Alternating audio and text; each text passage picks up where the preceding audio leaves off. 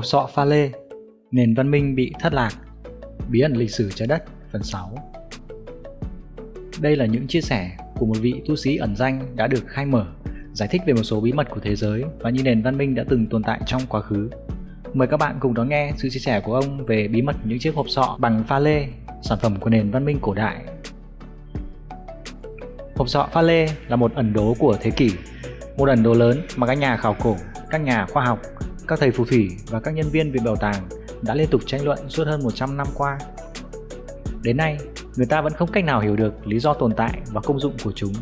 Rất nhiều người tin rằng những chiếc hộp sọ pha lê được phát hiện này là tác phẩm điêu khắc của nền văn minh cổ đại nào đó ở Trung Mỹ, tồn tại từ hơn 1.000 năm, thậm chí hơn 10.000 năm trước. Vậy thì lịch sử chân thực rốt cuộc là như thế nào? Hôm nay, đứng ở góc độ người tu luyện, tôi sẽ giải thích về ý nghĩa chân thực, sự tồn tại của những chiếc hộp sọ pha lê này. Chúng ta hãy nói từ chiếc hộp sọ pha lê đầu tiên. Năm 1924, nhà thám hiểm người Anh Michael Hedges đã tìm thấy một chiếc hộp sọ pha lê trong một thành cổ ở Trung Mỹ. Chiếc hộp sọ này dài khoảng 18cm, chiều rộng và chiều cao ước chừng 13cm, nặng khoảng 5kg. Nó rất tinh xảo và thuần khiết. Hình dạng với kết cấu của nó gần như trùng khớp với hộp sọ người. Mặc dù bản thân chiếc hộp sọ không hề sáng bóng, nhưng nó lại có thể phát ra một thứ ánh sáng trong suốt không màu. Có lúc hộp sọ còn phát ra những âm thanh nghe như tiếng người đang ngân nga nhẹ nhàng, kèm theo từng hồi chuông reo vang rộn ràng, vô cùng thần kỳ. Khi có người lại gần hộp sọ, nó sẽ khiến cho người nghe được âm thanh liên tưởng đến rất nhiều hình ảnh. Những người có tư tưởng tĩnh lặng khi đứng trước hộp sọ, thân thể sẽ cảm giác được một áp lực nào đó. Thỉnh thoảng, nó cũng sẽ thay đổi diện mạo, nó còn có thể thôi miên người quan sát. Những hiện tượng siêu thường này khiến cho chiếc hộp sọ pha lê vốn đã thần bí lại càng kích thích sự tò mò của mọi người. Vậy những hiện tượng này có thực sự tồn tại hay không? Hộp sọ còn có những hiện tượng gì mà con người chưa biết không? Trong cảnh giới tu luyện của tôi triển hiện, chiếc hộp sọ pha lê này không thuộc về nền văn minh của nhân loại lần này. Nó là sản vật của nền văn minh nhân loại thời kỳ tiền sử. Nó được điêu khắc bởi một người tu luyện tại đại lục Trung Mỹ vào hơn 70.000 năm trước. Nó giống như một ổ đĩa vi tính cao cấp, lưu trữ những thông tin về mọi phương diện, con người, địa lý, xã hội, tôn giáo, khoa học, vân vân. Khi bị kích thích bởi dòng năng lượng mạnh, ở vị trí thiên mục giữa hai lông mày của hộp sọ sẽ phóng ra một chùm sáng, tạo nên một màn hình cách mặt đất khoảng 5 mét, giống như một chiếc máy chiếu phim. 300 năm sau, xã hội nhân loại ngày nay sẽ phát minh ra kỹ thuật cao cấp có thể phóng ra hình ảnh giống như chiếc hộp sọ pha lê này. Trong hộp sọ có linh hồn của một người anh điên. Người này ở trong một không gian khác, đối ứng với hộp sọ, có nhiệm vụ bảo vệ cho hộp sọ. Người anh điên này đầu đội mũ lông chim, lưng đeo váy cỏ, mặt và thân thể có các hình xăm màu xanh với hình thù khác nhau. Eo bên trái còn có đeo một cái túi da động vật, bên trong đựng các loại đồ tế lễ như lục lạc, chùy gỗ, muôi gỗ, tranh vẽ gỗ, vân vân. Nhìn trang phục có thể thấy đây là một vị đại tế tự người Anh điên. Những âm thanh phát ra từ hộp sọ pha lê chính là những bài hát tôn giáo tế tự trong thời cổ đại. Khi tĩnh tâm đứng trước hộp sọ, người ta sẽ bị ức chế bởi năng lượng phóng ra từ hộp sọ. Hộp sọ giống như một cánh cửa bước vào không gian khác, liên kết tầng không gian này với tầng không gian khác. Các loại hiện tượng dị thường mà con người nhìn thấy hay ngửi thấy khi đứng bên hộp sọ đều đến từ không gian khác. Vị đại tế tự này đã tự phong ấn mình vào không gian khác đối ứng với hộp sọ để bảo vệ hộp sọ pha lê này. Ông ấy đã biến hộp sọ thành vật tải thể để truyền đạt tới thế nhân chính ngộ của người tu luyện đối với tín ngưỡng vào thần. Nhục thân của con người có thể chết, nhưng chính tín của con người đối với thần thì vĩnh viễn bất diệt, lưu truyền vạn thế. Qua hộp sọ pha lê này, tôi đã dùng công năng nhìn được toàn cảnh thời đại mà chiếc hộp sọ được tạo ra. Gần 70.000 năm trước, những người ngoài hành tinh thuộc chòm sao Orion đã đến thăm trái đất. Chúng đặt chân lên mọi vùng đất, khắp trên các châu lục. Chúng kinh ngạc khi phát hiện ra rằng trong đại não con người chứa đựng cả các tín thức về trái đất, hệ ngân hà, vũ trụ. Chúng đã phỏng theo kết cấu tổ chức của đại não người để tạo ra những chiếc hộp sọ pha lê có khả năng lưu giữ thông tin. Chúng đã làm tổng cộng 7 chiếc hộp sọ. Trong hộp sọ không những lưu trữ quá trình diễn biến của một thời kỳ lịch sử nhất định của các châu lục trên trái đất, cùng sự xuất hiện và biến mất của các sông hồ, đồi núi, động thực vật. Chúng cũng lưu ghi lại những trạng thái diễn biến sinh tồn của các chủng tộc khác nhau trên các hành tinh khác trong hệ ngân hà. Người ngoài hành tinh Orion có mối liên hệ mật thiết và hắc ám đối với quốc gia Catalan Missy, nghĩa là quốc gia giàu có, phát triển hưng thịnh nhất trên lục địa Trung Mỹ. Người ngoài hành tinh Orion cung cấp cho chính phủ Catalan Missy khoa học kỹ thuật về quân sự, còn chính phủ liên bang cung cấp con người và động thực vật trên trái đất cho người ngoài hành tinh để làm vật thí nghiệm. Hình thái xã hội của Catalan Mixi rất đặc biệt. Họ theo chế độ nô lệ kỹ thuật cao. Tài sản quốc gia, khoa học kỹ thuật, tài nguyên xã hội và tài nguyên thiên nhiên đều nằm trong tay một số ít các nhà độc tài chính quyền và tập đoàn lợi ích nhóm. Quốc gia phân hóa giàu nghèo nghiêm trọng. Cuộc sống của người dân thuộc tầng lớp thấp kém vô cùng đau khổ. Quốc gia này có hơn 7 triệu nhân khẩu, thuộc nhân chủng người da vàng. Dãy núi Rocky thuộc Canada từng là vùng đất khởi nguyên của chính phủ liên bang. Vào thời kỳ hưng thịnh, diện tích lãnh thổ của nước này bao phủ các vùng Mexico ngày nay. Thủ đô của nước này chính là vùng New Mexico, Mỹ ngày nay. Trang phục của người dân phân thành hai màu đen và trắng. Màu đen đại biểu cho tầng lớp bình dân, màu trắng tượng trưng cho tầng lớp quý tộc. Nhưng mượn khoa học kỹ thuật của người ngoài hành tinh, trình độ khoa học kỹ thuật của liên bang Catalan Mixi dẫn đầu toàn thế giới. Khoa học kỹ thuật cao cấp ngoài hành tinh được ứng dụng trong mọi phương diện của xã hội. Phương tiện đi lại của giới quý tộc khi đó là một loại máy bay sử dụng năng lượng ion, có những ưu điểm như có trí tuệ nhân tạo, tốc độ cao, không gây ô nhiễm. Máy bay được làm bằng vật liệu nhẹ, rất bền chắc. Về thông tin liên lạc, họ cũng có một loại máy liên lạc kiểu như điện thoại di động, nhưng có nhiều chức năng hơn so với điện thoại di động của chúng ta ngày nay. Khi gọi điện thoại để truyền đạt thông tin, phía trên điện thoại sẽ xuất hiện một hình ảnh lập thể của người gọi đến, cao khoảng 10 cm. Về nông nghiệp, trong không gian hạn hẹp dưới lòng đất, họ dùng những dung dịch dinh dưỡng đậm đặc để trồng các loại cây trồng với mật độ rất dày. Sản lượng cây trồng cao gấp nhiều lần so với trồng trên mặt đất bình thường. Ngoài ra, họ còn dùng kỹ thuật biến đổi gen để chăn nuôi súc vật. Trong môi trường có nhiệt độ nhất định, họ dùng ánh sáng kích thích cho súc vật thụ tinh và thúc đẩy các gen của súc vật phát triển đột biến. Từ đó thay đổi kích thước cơ thể của súc vật, tạo nên những súc vật có biến dị, hình dạng lớn gấp 3 đến 5 lần so với những súc vật bình thường. Nhưng những súc vật biến đổi gen này chỉ dùng làm thức ăn cho nô lệ thuộc tầng lớp thấp kém trong xã hội. Quân đội liên bang của Catalan Mixi lúc đó khá hung mạnh.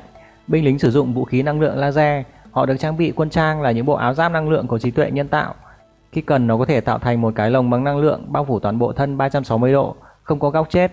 Chính phủ quân đội sử dụng những phương thức trừng trị vô cùng tàn nhẫn đối với những kẻ phản loạn trong chủng tộc hoặc những tù binh chiến tranh. Họ cưỡng chế cấy vào đại não của kẻ phản loạn một loại chip đặt ở vị trí gần thể tùng quả trong đại não. Người bị cấy chip sẽ mất hết chủ ý thức, giống như người sống thực vật, và chịu sự điều khiển của người khác.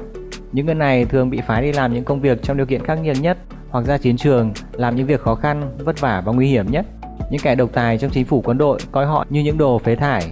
Sinh mệnh của những xác chết vứt đi này là yếu nhược, rẻ mạt và hèn mọn nhất trong xã hội thời đó. Toàn dân của liên bang Catalan Mixi tín ngưỡng Minh Thần, tức thần hắc ám. Dùng ngôn ngữ của họ là thờ phụng Thái tử thần. Họ coi các tôn giáo khác là dị đoan, tiến hành chính sách diệt chủng đối với những người theo tôn giáo khác. Được sự hỗ trợ mạnh mẽ bởi kỹ thuật người ngoài hành tinh, chính phủ quân đội Catalan Mixi nhanh chóng thống nhất lục địa châu Mỹ. Mấy chục quốc gia phải hàng phục họ, nhưng chính phủ quân đội vẫn chưa thỏa mãn. Họ thực hiện chính sách mở rộng quân sự, hòng mưu đầu thống lĩnh toàn thế giới. Họ đã gặp phải sự kháng cự mạnh mẽ của Liên quân Âu Á. Liên bang chính phủ khi mở rộng quân sự cũng có chút kiêng dè đối với liên quân. Để phòng kẻ địch đánh vào, các công trình xây dựng ở liên bang Catalan Mixi thường thấp bé, chỉ cao khoảng 2 tầng. 90% các công trình đều ở dưới lòng đất. Dưới mặt đất là quốc gia rộng lớn, phồn vinh, nhưng trên mặt đất phần lớn bị che phủ bởi rừng rậm, thảo nguyên và sa mạc. Người phụ trách các công trình nghiên cứu khoa học quân sự của chính phủ, tướng Ken Corso, trong khi hợp tác với người ngoài hành tinh đã phát hiện ra âm mưu và mục đích lớn hơn của chúng. Chúng muốn thao túng và lợi dụng chính phủ liên bang, cuối cùng sẽ thay thế chính phủ để trở thành chủ nhân của trái đất. Ông ý thức được tính nghiêm trọng của sự việc, lo lắng rằng người trái đất sẽ có ngày bị người ngoài hành tinh tuyệt diệt. Ken Corso bí mật phỏng theo hộp sọ pha lê mà người ngoài hành tinh chế tạo để làm tổng cộng 7 chiếc hộp sọ pha lê. Ông dùng kỹ thuật ion lưu trữ vào trong những hộp sọ toàn bộ thông tin về những tổn hại mà người ngoài hành tinh đã gây ra cho người trái đất cùng những điểm yếu của người ngoài hành tinh. Tôi nhìn thấy một hiện tượng thú vị, đó là người ngoài hành tinh Orion hoàn toàn không miễn dịch với các loại virus mà người trái đất cho là rất bình thường, như virus cảm cúm. Nếu chúng bị nhiễm virus, đầu tiên sẽ sốt cao không dứt, tiếp đó toàn thân nổi phát ban, sau 3 đến 15 ngày, nội tạng sẽ bị suy kiệt mà chết. Không phải tất cả người ngoài hành tinh đều như vậy. Đặc điểm của sinh vật ở các tinh cầu khác nhau quyết định khả năng thích ứng của họ đối với các tinh cầu khác nhau trong hệ ngân hà. Ken Corso cất giấu những chiếc hộp sọ pha lê lưu giữ vận mệnh tương lai của trái đất này vào một mật thất ở trong đền thờ thần. Nó được các trưởng giáo bảo tồn và truyền thừa hết đời này đến đời khác. Chính quyền Catalan Mixi trải qua 7 thời đại, tồn tại suốt 180 năm, cuối cùng bị liên quân Á Âu tiêu diệt. Nhưng những hộp sọ pha lê thì không hề bị hủy diệt cùng với quốc gia. Chúng đã được lưu truyền đến ngày nay một cách thần kỳ. Một số hộp sọ đã có thể được mọi người biết đến. Thời đó, người ngoài hành tinh đã chế tạo tổng cộng 7 chiếc hộp sọ pha lê. Khi rời khỏi trái đất, chúng đã mang theo 2 chiếc, 5 chiếc khác được hữu ý để lại cho nhân loại trên trái đất. Trong đó triển hiện hết thảy 7 hệ văn hóa. Văn minh của người ngoài hành tinh bao gồm cả nhận thức đối với vật chất, sinh mệnh và vũ trụ cùng phương thức sinh tồn và khoa học kỹ thuật của người ngoài hành tinh. Sau khi chính phủ liên bang sụp đổ, có chiếc hộp sọ bị nước thắng trận cướp về nước dùng làm tác phẩm nghệ thuật quý giá, có chiếc bị thương nhân giàu có cất giữ, có chiếc bị hủy hoại bởi thiên tai, có chiếc bị đem chôn trong hầm mộ cùng với người chết. Trong viện bảo tàng của Anh Quốc hiện còn lưu giữ một chiếc hộp sọ pha lê. Từ khi đưa ra triển lãm từ năm 1898 đến nay, các nhà khảo cổ các nơi trên thế giới tấp nập đến kiểm tra, khảo sát. Các chuyên gia đoán rằng chiếc hộp sọ này còn là kiệt tác từ thời kỳ thực dân ở châu Mỹ Latin. Nhưng sự thực có phải như vậy không? Trong cảnh giới tu luyện của tôi triển hiện 300.000 năm trước, trong một vùng núi sâu thuộc dãy núi Andes ở Trung Mỹ, có một số người tu hành mật giáo độc tu. Trong đó có một người đã tu luyện mấy trăm năm khổ tu, sống tách biệt trên đỉnh núi cao giá lạnh. Ông đã mất 30 năm tự tay điêu khắc nên một chiếc hộp sọ pha lê này. Ông vận dụng pháp lý mà mình đã chứng ngộ trong tu luyện, dùng công năng mạnh mẽ đẩy linh hồn một người tu luyện khác vào trong hộp sọ, mong muốn hộp sọ có thể lưu truyền hậu thế, để cho tương lai người có duyên thấy được người tu luyện trong hộp sọ mà được khai thị. Đại lục châu Mỹ lúc đó ở vào thời kỳ thống trị cuối cùng của đế quốc Maya. Môi trường xã hội hủ bại, đạo đức con người suy đồi, tín phụng tà giáo. Trong tôn giáo cũng xuất hiện những hiện tượng hỗn loạn như sát sinh cúng tế. Dân chúng cười nhạo, chửi rủa, coi thường những người tín ngưỡng chính giáo. Người tu hành tu luyện mấy trăm năm trên dãy núi Andes nhìn thấy cảnh này cũng lực bất tòng tâm, vì hết thảy mọi thứ trên thế gian đều có định số. Người tu luyện chỉ có thể hành sự theo thiên tượng. Một hôm, khi chia sẻ với một người tu luyện trung niên, ông thấy người tu luyện này sắp sửa qua đời mà vẫn không cao hơn người thường chưa tu xuất khỏi tam giới. Qua lại nhiều ngày, người trung niên đến trước lúc lâm chung đã thỉnh cầu người tu luyện ở cảnh giới cao kia phong ấn linh hồn của ông vào trong chiếc hộp sọ pha lê này, trở thành hộ pháp cho pháp khí này, hy vọng linh hồn của mình sẽ vĩnh viễn ở trên thế gian cùng với chiếc hộp sọ pha lê. Vị tu luyện ở cảnh giới cao kia nói: con người thế gian vì tham lam dục vọng và chấp trước kéo dài, khiến hào quang của thần dần dần tan biến, nhưng chính tín của con người đối với thần thì vĩnh viễn bất diệt. Thời gian sẽ chứng minh rằng hào quang của thần trong tương lai sẽ trở lại thế gian, gột rửa hết thảy dơ bẩn, lúc đó chúng ta sẽ lại được nhìn thấy. Người trung niên nằm tĩnh lặng trên giường, khuôn mặt nở nụ cười bình thản.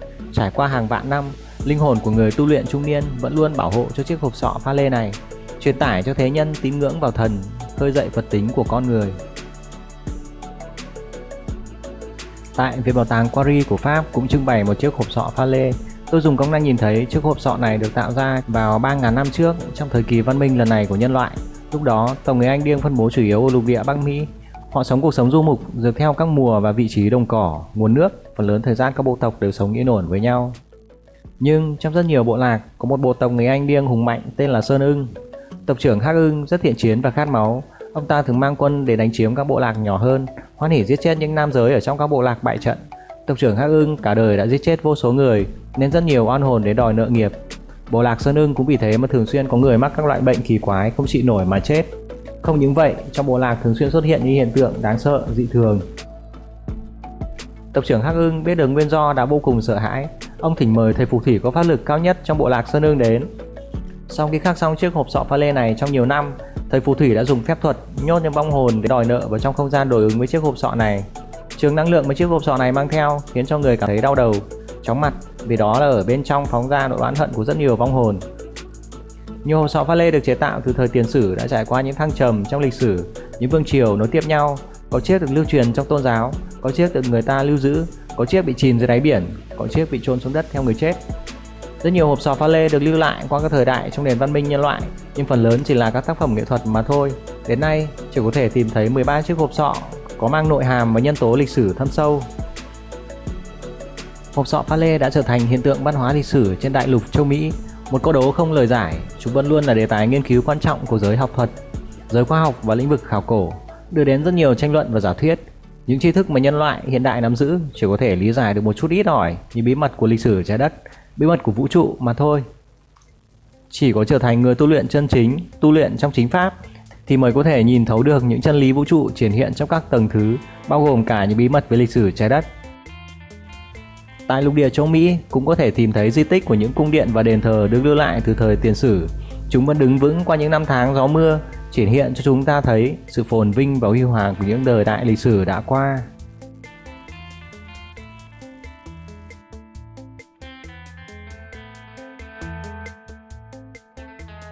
Cảm ơn các bạn đã xem các video khám phá bí ẩn của kênh Bầu Trời Tri Thức. Hãy ủng hộ chúng tôi bằng cách theo dõi kênh, share video của chúng tôi cho nhiều người cùng khám phá và comment ý kiến của các bạn dưới video của chúng tôi nhé. Hẹn gặp lại các bạn trong các video khám phá tiếp theo. Xin chào và hẹn gặp lại.